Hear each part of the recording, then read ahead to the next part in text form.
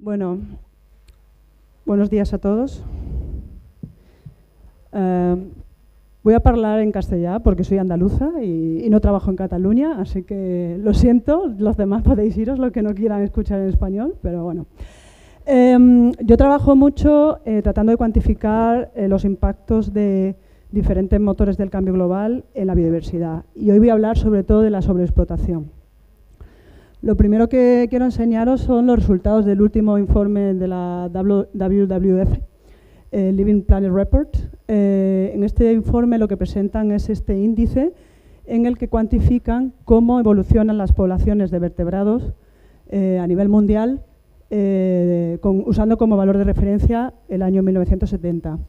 Como veis, actualmente se estima que ha habido un declive general de un 69% en la abundancia de poblaciones, y esto está basado en unas 32.000 poblaciones de especies de diferentes vertebrados, mamíferos, aves, etc. Pero este declive no es homogéneo por todo el planeta. Como veis, la mayoría de los casos los declives son mucho mayores en lo que llamamos el sur global, que es lo que engloba los países con zonas tropicales, y es particularmente acusado en el caso de Latinoamérica, que puede llegar hasta un 94% de declive. Este proceso que estáis viendo es un proceso que se denomina defaunación, en el cual las especies están sufriendo unos declives muy importantes en sus poblaciones a nivel local, y en algunos casos estamos viendo casos de extirpación local, que esto no tiene nada que ver con la extinción de especies a nivel global como la conocemos normalmente, que es lo que normalmente se estudia en crisis de biodiversidad. Esto es un proceso que pasa de manera mucho más sutil y que solamente ahora estamos empezando a cuantificarlo en los últimos años. Lo que sí sabemos es que afecta sobre todo a las especies de mayor tamaño.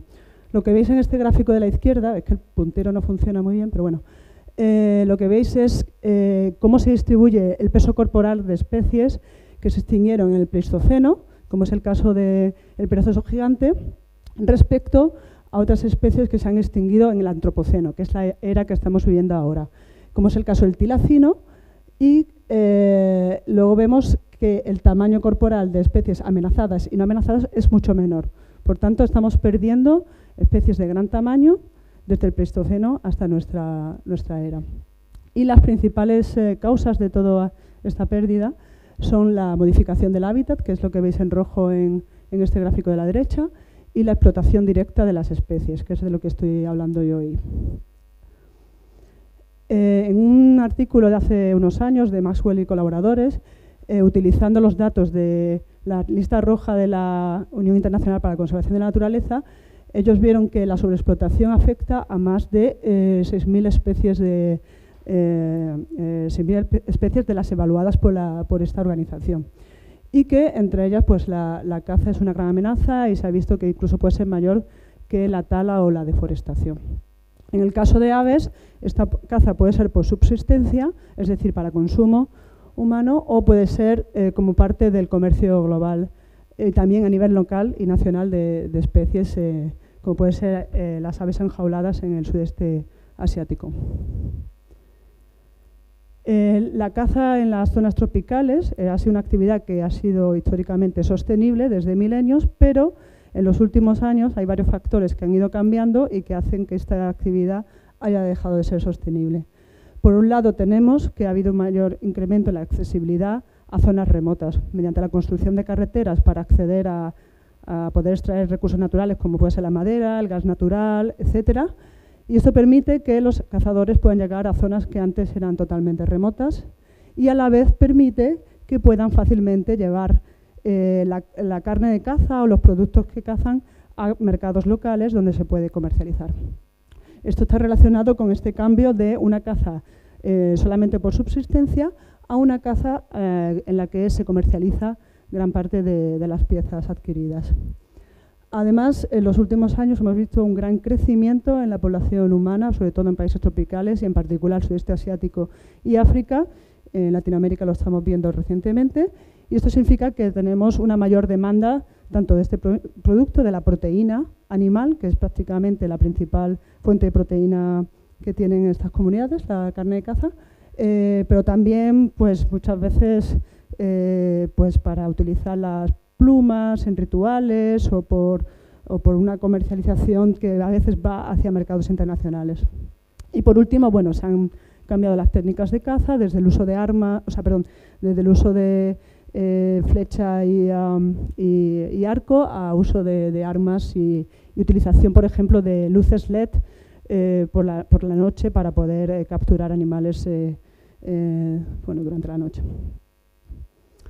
En el caso de las aves, lo que veis arriba es la importancia que tienen diferentes grupos de vertebrados como carne de caza. Como veis en la derecha del todo, los mamíferos y las aves a nivel global son los grupos más importantes y las aves son especialmente importantes tanto en Sudamérica como en Asia y menos en África, que son las zonas en las que me voy a concentrar. En los datos que nosotros hemos ido recopilando en mi grupo, lo que vemos es que las especies que se cazan para consumo humano suelen ser aquellas de mayor tamaño, que son las que veis en naranja en este gráfico de aquí. Y en verde serían especies que no se cazan a priori exclusivamente por consumo humano. Algunos de los grupos más cazados, en este caso en el neotrópico, son los crácidos, que son este tipo de aves que parecen como pavos, de hecho algunas se llaman pava amazónica, como el Penélope yacuacu, que tienen un gran tamaño corporal, suelen ser arbóreas y, bueno, como veis, tienen la distribución neotropical que he comentado antes y algunas de ellas no están amenazadas según la Unión Internacional para la Conservación de la Naturaleza, pero otras están en peligro o críticamente en peligro. Esto se sabe ya desde hace muchos años. Redford, en un artículo seminal de hace muchos años, él acuñó el término este de el bosque vacío, donde él trataba de llamar la atención sobre el hecho de que podríamos tener bosques que parecen totalmente intactos, pero que, sin embargo, por la presión de caza podrían estar totalmente vacíos de comunidades de animales, ya sean mamíferos o aves. Y él fue uno de los primeros en establecer un poco cuáles eran las especies que más se utilizaban o se cazaban. Lo que veis a la izquierda es que las comunidades indígenas preferentemente cazan especies como Penélope, que es un crácido, también algunos tucanes, pero también la siguiente sería los cracs, que también son crácidos, ¿vale? Estudios más recientes pues, estiman que se extrae una biomasa de unos 425 kilogramos de especies de este grupo al año, solamente por 3 comunidades, y luego ya otros análisis más a nivel neotropical, lo que estiman es cuánto el porcentaje de aves que se encuentran en las listas de especies cazadas en diferentes comunidades, y 7 de las 10 más cazadas son pertenecen al grupo de los crácidos. Pero las aves, como sabéis, también entran dentro del comercio global de especies. Se estima que el 45% de todas las aves del planeta son comercializadas, ya sea de manera legal o ilegal. Y en este estudio, hace unos años, Schaeffer y colaboradores establecieron dónde estaban los puntos calientes de comercio de fauna. Y como veis, se concentran sobre todo en la zona del trópico. Lo que veis a la derecha es un árbol filogenético que establece las relaciones parentales o qué especies están emparentadas entre sí, y vemos que algunas de las familias que más se cazan o se comercializan, que son en rojo y están en negrita, pues son los citácidos, que ya sabéis que son los loros que se comercializan y se utilizan mucho como mascota y es un comercio muy, muy lucrativo. Pero otra familia bastante importante son los bucerótidos, que tienen estos casquetes aquí en la cabeza que los hacen muy atractivos, y además sus plumas se utilizan mucho a nivel local en rituales, sobre todo en Borneo. Sin embargo, si nos enfocamos en los paseriformes, lo que vemos es que, ignorando la parte de Eurasia, que está ahí al norte, porque nos vamos a enfocar en el trópico, en el sudeste asiático lo que vemos es que es un gran punto caliente de comercialización. Y es por esto que comenté al principio de la charla, que en el sudeste asiático el comercio de aves enjauladas es un negocio súper lucrativo y básicamente allí el tener un ave en jaula es un símbolo de estatus social y bueno, se extraen millones de aves de pequeño tamaño cada año. Con nuestros datos lo que estamos viendo es precisamente estos patrones. Cuando vemos cuáles son esas especies que se extraen de la naturaleza para poder ser utilizadas como mascotas o para comercializarlas y tal, pues vemos que son esas especies de menor tamaño que corresponderían a los paseriformes. Pero volviendo a los bucerótidos, que comentaba antes que también se comercializan bastante, esta familia es muy interesante porque, como ya digo, tienen esta casquete en el cráneo que suele estar hueco, excepto una de las especies que es una de las más amenazadas, que os voy a mostrar ahora mismo. Esta sería la de en medio. Como veis, estas son las 3 especies que están ahora mismo en peligro crítico de extinción según la Unión Internacional para la Conservación de la Naturaleza. Las 2 de los extremos, lo que vemos es que tienen una distribución principalmente en islas de Filipinas y en el océano, en el Pacífico. Y claro, aquí se han visto extirpadas totalmente de alguna de estas islas. Por lo tanto, la población actual ronda en un caso entre los 1.000 y 2.500 individuos y en el caso del calao de la Sulu está entre 1,50. Esta especie está prácticamente extinta. Sin embargo, esta de en medio, como veis, tiene una distribución geográfica mucho más amplia por Borneo, por Sumatra, por Malasia. Entonces, ¿por qué está en peligro crítico?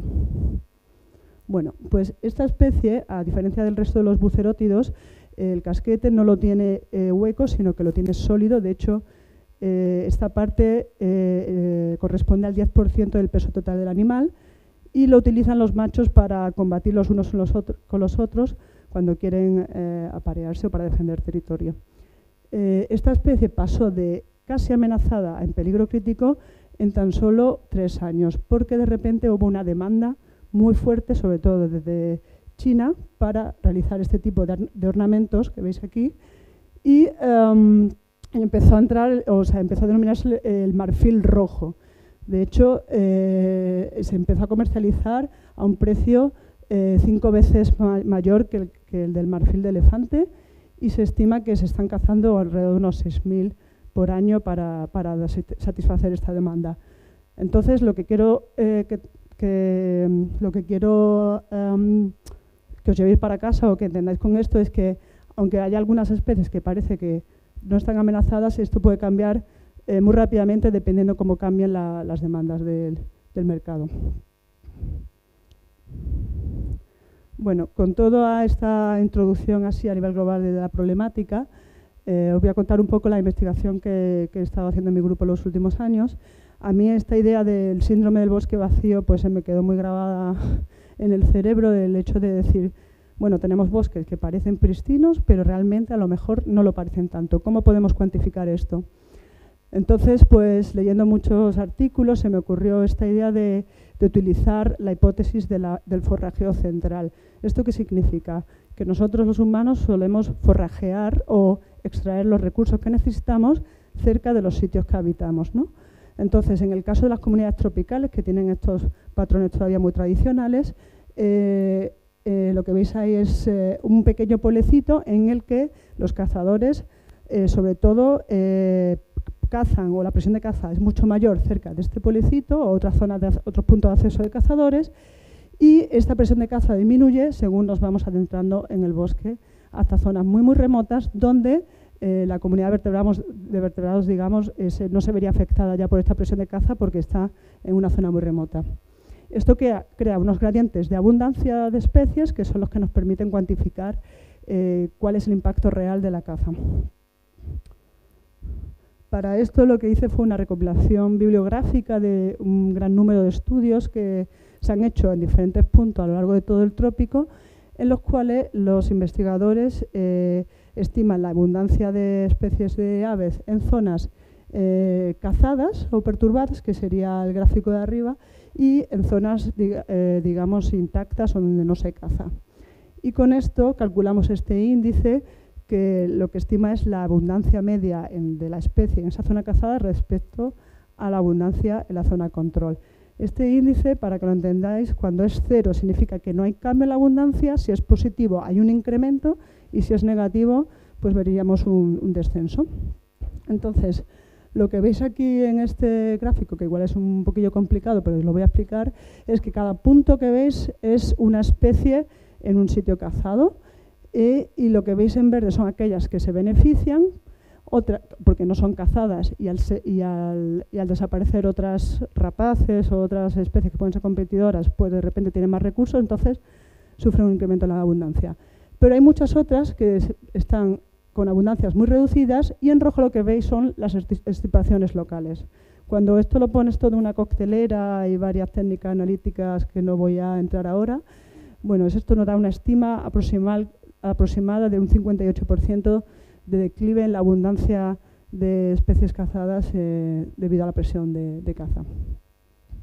Luego, además, establecimos estas relaciones con la distancia a puntos de acceso de cazadores y con el tiempo de viaje a la ciudad más cercana donde podría haber un mercado para comercializar la caza.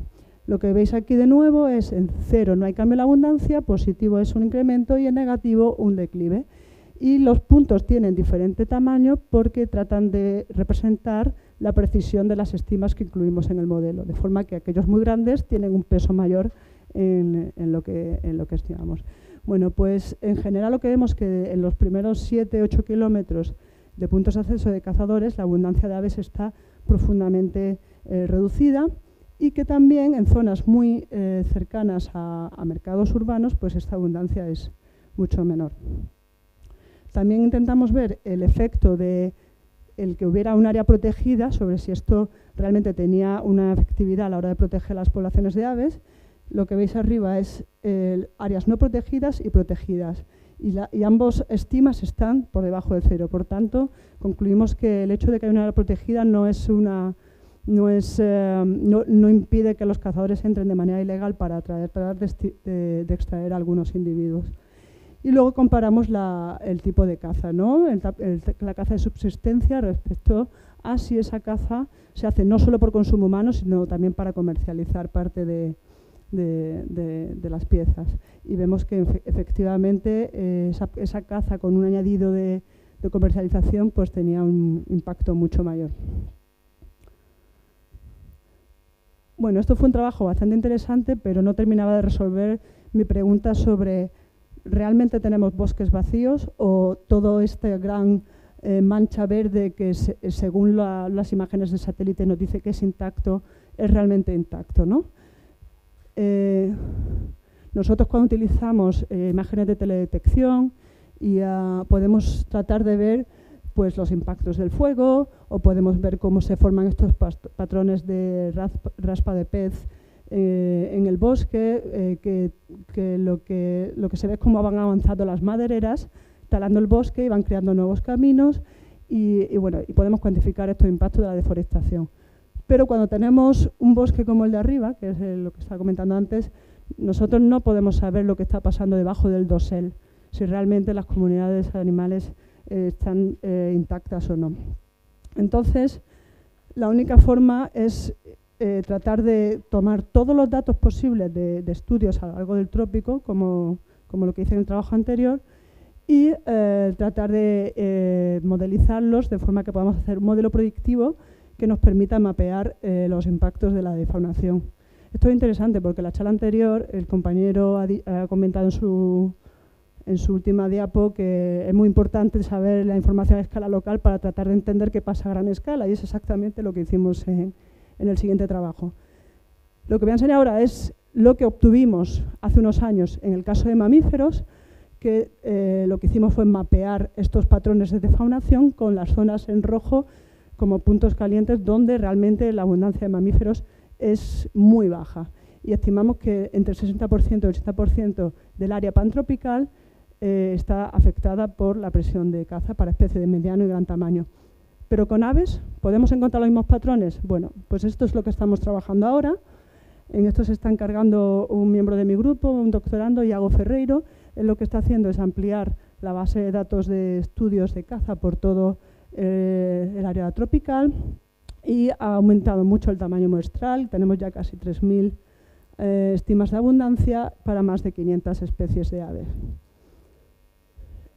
Y además de incluir estos predictores de la distancia de acceso de cazadores y el tiempo de viaje a grandes ciudades donde hay mercados urbanos, estamos usando otros predictores que van relacionados con la pobreza o cómo algunas comunidades dependen de esta carne de caza para poder sobrevivir, la densidad de población, que te da una idea de la demanda de este producto, la productividad primaria, porque en áreas muy productivas pues las aves tienen más posibilidades de reclutar nuevos individuos, se reproducen mejor, entonces igual la presión de caza pues se puede compensar, y luego el efecto de áreas protegidas, que ya, como hemos visto, seguramente no tenga ningún efecto.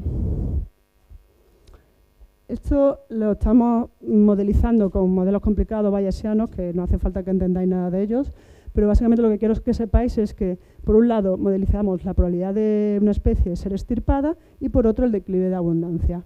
Y además tenemos en cuenta el tamaño corporal de la especie, que, como hemos visto, es bastante importante. Y controlamos, bueno, por relaciones filogenéticas, bla, bla, bla. No vamos a entrar en ello. Los resultados que estamos obteniendo son los siguientes. A la derecha lo que veis, la importancia relativa de cada uno de estos predictores de presión de caza. En azul y en azul verdoso, digamos, serían aquellos que se refieren a variabilidad entre especies y entre países, que son predictores de control, no nos vamos a fijar en ello. Lo importante es que, efectivamente, el tiempo de viaje a ciudades, el peso corporal y la distancia de acceso a cazadores siguen siendo los predictores más importantes, pero estamos encontrando patrones mucho más interesantes que en el trabajo anterior. Lo que estamos viendo en el gráfico de la izquierda es que especies de muy pequeño tamaño tienen una mayor probabilidad de extirpación cerca de grandes ciudades. Sin embargo, este patrón no se ve con la accesibilidad de cazadores. Y esto ocurre de manera opuesta para especies de gran tamaño, que serían las que veis pintadas en color rojo. Entonces, lo que estamos detectando es ese patrón de extracción de pequeñas aves paseriformes cerca de ciudades donde pueden ser comercializadas en jaulas, frente a lo que ocurre más en comunidades remotas y en zonas más rurales, donde las comunidades necesitan cazar aves de mayor tamaño para alimentar a sus familias. Con los gráficos de abajo lo que estamos viendo es lo mismo, pero con los declives de la abundancia. No voy a entrar en ello porque es más o menos un patrón similar. Luego estamos utilizando estos modelos para proyectarlos en el espacio, para tratar de ver estos patrones de faunación. Aquí lo que veis es que la extirpación local sería en color rojo y en azul pues sería que no hay, digamos que no hay ningún cambio en la abundancia. He puesto el ejemplo de estas tres especies que todas se comercializan como mascotas, algunas, como el caso del Buceros bicornis, el de la izquierda, también se consume y se utiliza en rituales y ya está. Bueno, y las demás se comercializan y ya. Esta especie de la derecha es la que vimos al principio de la charla, que trabaja mucho en el comercio de ornamentación china, y como veis, en gran parte de todo su territorio tenemos puntos donde está totalmente extirpada y en otros donde el declive en su abundancia es bastante alto. Es una especie en peligro crítica. Sin embargo, luego vemos otras que están categorizadas como no amenazadas o least concern, como el Pinus senilis, y lo que estiman nuestros modelos es que puede que haya puntos como Costa Rica y ya en México donde esta especie pueda estar bajo bastante presión de caza. Estos tipos de resultados nos ayudan a informar a organizaciones como la Unión Internacional para la Conservación de la Naturaleza de especies que ahora mismo pueden estar no amenazadas, pero que pueden estar sufriendo un gran declive de sus poblaciones. De todas formas, esto, como he dicho, se basa en modelos y luego lo que habría es que ir a las zonas que detectamos como problemáticas para tratar de investigar si realmente están pasando estos procesos. Ay, perdón. La idea es luego agregar todos estos mapas para todas las especies aves tropicales y obtener un mapa global de faunación que tenga en cuenta todas las 3.000, 5.000 especies con distribución pantropical, parecido al que hicimos para mamíferos, y tratar de ver si los patrones de faunación que vemos son similares entre ambos grupos de vertebrados. Lo que pasa es que la historia no acaba aquí. Evidentemente, conservar las aves es intrínsecamente importante y necesario, pero aparte, estas aves tienen unos roles muy importantes en el ecosistema. En los últimos años han aparecido bastantes investigaciones apuntando a la idea de que el hecho de perder aves, y mamíferos también, pero bueno, aves, pues puede tener consecuencias para la regeneración del bosque. ¿Por qué? Porque muchas de estos animales, de estas especies, juegan un papel muy importante como dispersores de semillas, sobre todo en zonas tropicales. En el trópico, prácticamente entre el 80 y el 90% de las especies de árboles tropicales dependen de animales para dispersar sus semillas y para poder regenerarse, y a la vez el 80% de las especies que viven en el trópico, los frutos representan el 80% de la dieta de muchas de las especies que viven en el trópico. Lo que pasa es que es importante saber que no todas las aves y todos los mamíferos son morfológicamente iguales, sino que hay diferentes tamaños de pico, igual que hay diferentes tamaños de fruto, y esto significa que tiene que haber un ajuste entre el tamaño de pico que tengas y el fruto para poder alimentarse de ese fruto y poder dispersar esa semilla. Entonces, lo que veis en estos gráficos, por ejemplo, es que las aves de gran tamaño pueden dispersar hasta semillas de un diámetro de 20 milímetros o más, y las de pequeño tamaño solamente lo podrían hacer hasta un tamaño de unos 10-12 milímetros. Entonces, la pregunta siguiente que me planteé es, bueno, estamos viendo unos procesos de faunación muy intensos que están afectando sobre todo a especies de gran tamaño, y esto seguramente pueda tener un impacto bastante grande, sobre todo en aquellos árboles que tienen frutos de gran tamaño, que dejarían de ser dispersados. Esto es un gráfico que hicieron hace unos años Bello y colaboradores que muestra muy claramente este proceso, en el cual, desde una comunidad inicial, cuando se produce una extinción local de grandes frugívoros, que no es aleatoria, sino que afecta sobre todo a ciertas especies, puede tener unas consecuencias que pueden cambiar la composición del bosque totalmente. Y no solo eso, aquí lo que veis en este gráfico es que aquellos árboles con semillas de mayor tamaño son a su vez aquellos con una mayor densidad maderera. ¿Esto qué significa? Que son capaces de captar mucho más CO2 y ayudar a la hora de mitigar el cambio climático. Por tanto, todo este proceso que estamos viendo es un efecto cascada que va desde la pérdida de animales hasta la regeneración del bosque y hasta la capacidad de almacenar carbono por bosques tropicales.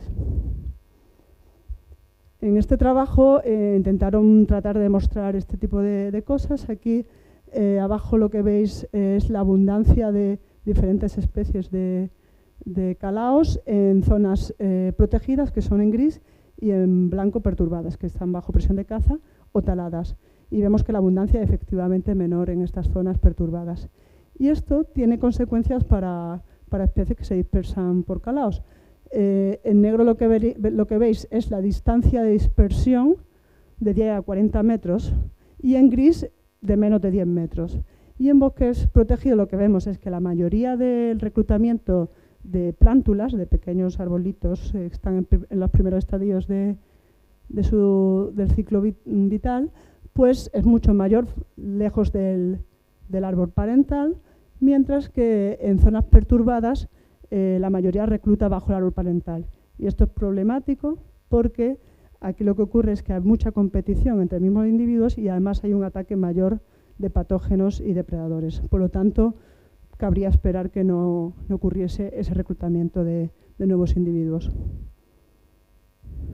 A su vez, esto tiene implicaciones para las redes ecológicas de interacción planta-frugívoro. En este trabajo lo que vemos es cómo cambia la estructura de redes a lo largo de un gradiente de fragmentación, en este caso que van desde fragmentos de gran tamaño a pequeño tamaño para la comunidad de aves. Y entonces, lo que veis en este gráfico a la derecha, abajo es el tamaño de fragmento. En zonas de bosque continuo, la mayoría de las interacciones ocurren. Sin embargo, cuando vamos disminuyendo el tamaño de fragmento, las únicas que van quedando son aquellas entre aves de pequeño tamaño y frutos de pequeño tamaño. Sin embargo, entre, por ejemplo, tucanes y frutos de gran tamaño, esta interacción se pierde muy rápidamente según disminuye el área de fragmento al desaparecer estas especies.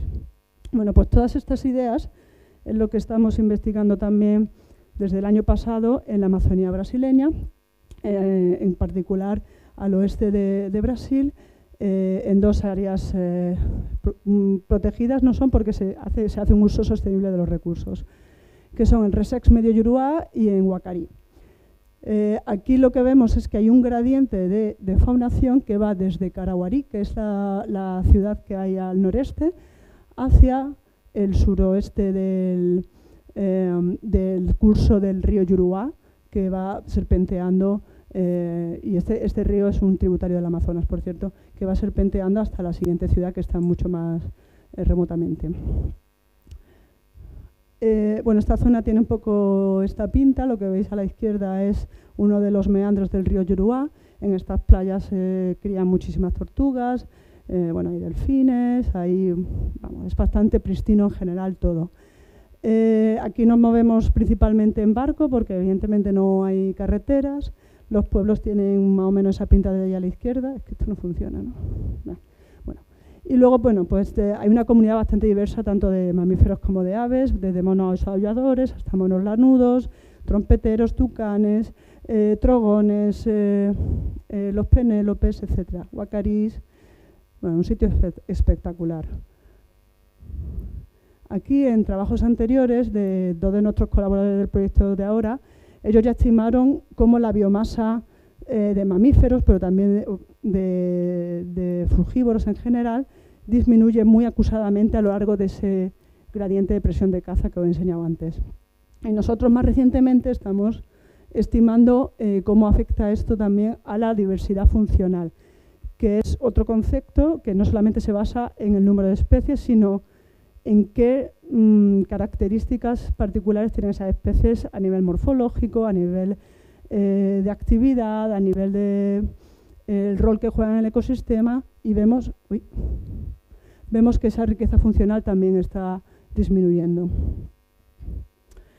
Aquí lo que estamos trabajando es con diferentes especies de árboles que tienen un tamaño de fruto y de semilla que van desde mayor tamaño hasta más pequeño, como el caso de Euterpe precatoria, que es el açaí, que por cierto se ha puesto muy de moda últimamente como bebida, que se obtiene de ese frutito que veis ahí. Entonces la idea es que los frutos de mayor tamaño solamente pueden ser dispersados por mamíferos y aves de gran tamaño, y los otros pueden ser dispersados por prácticamente toda la comunidad de frugívoros. Entonces, a lo largo de este gradiente de faunación y a su vez de diversidad funcional, hemos cogido dos sitios de estudio en zonas muy defaunadas, con una defaunación intermedia, y zonas prácticamente intactas. Lo que estamos intentando reconstruir son estas redes de interacciones desde comunidades muy intactas hasta comunidades muy defaunadas, y ver cómo van variando dependiendo de la especie y del tamaño de fruto de esta especie, y cuáles son las aves, en este caso, que quedan todavía en estas zonas defaunadas. En el trabajo de campo utilizamos un barco como el que veis ahí a la izquierda, y luego nos movemos.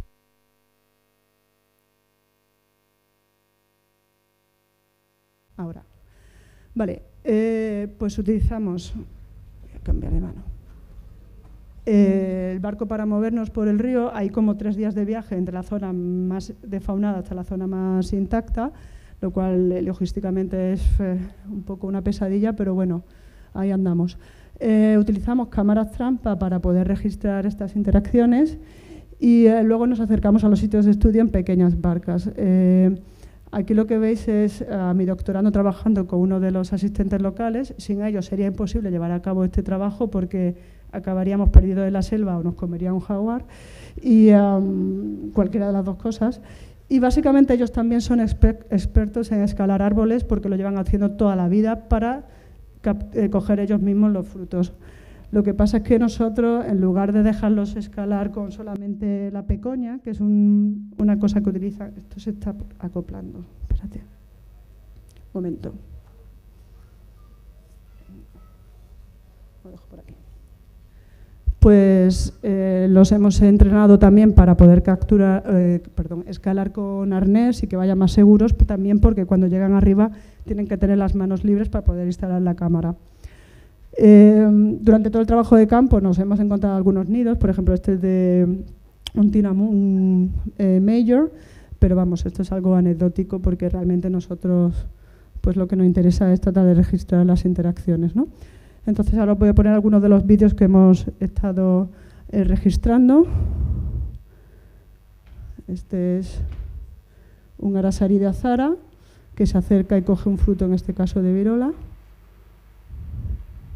con una cámara que hemos colocado en el dosel. Es esta especie que veis aquí. Normalmente este tipo de frutos así con este color rojo suelen ser muy interesantes para aves. Y luego aquí tenemos otras interacciones que son más difíciles de ver, como esta de un trogón, que ya prácticamente se pira corriendo. Voy a poner de nuevo. ¿Veis?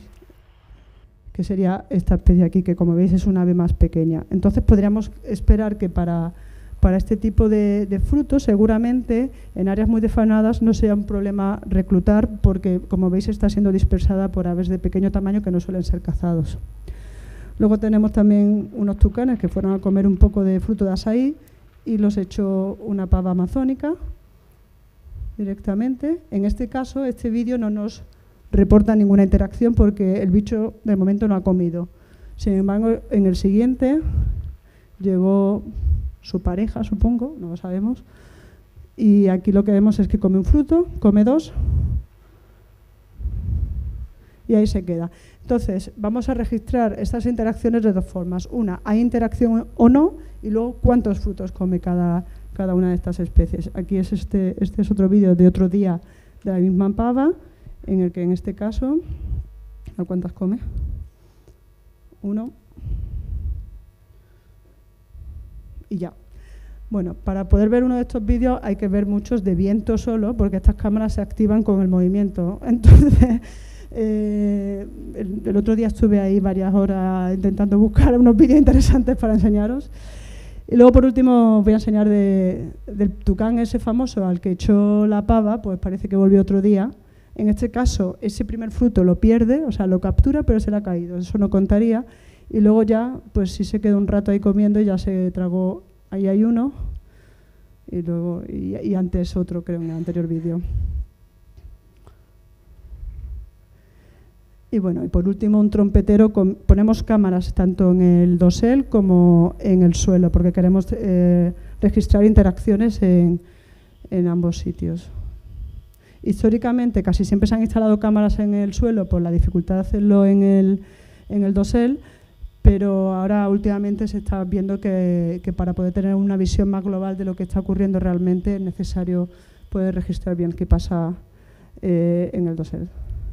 Bueno, pues con todo esto no os voy a liar mucho, pero básicamente utilizamos esta información para crear estas matrices de interacciones, tanto de si ocurre o no la interacción como cuántos frutos, y lo que hacemos es unir las especies de animales con plantas y queremos ver cómo se forman este tipo de estructuras anidadas o modulares o combinadas y cómo estas varían a lo largo del gradiente de faunación.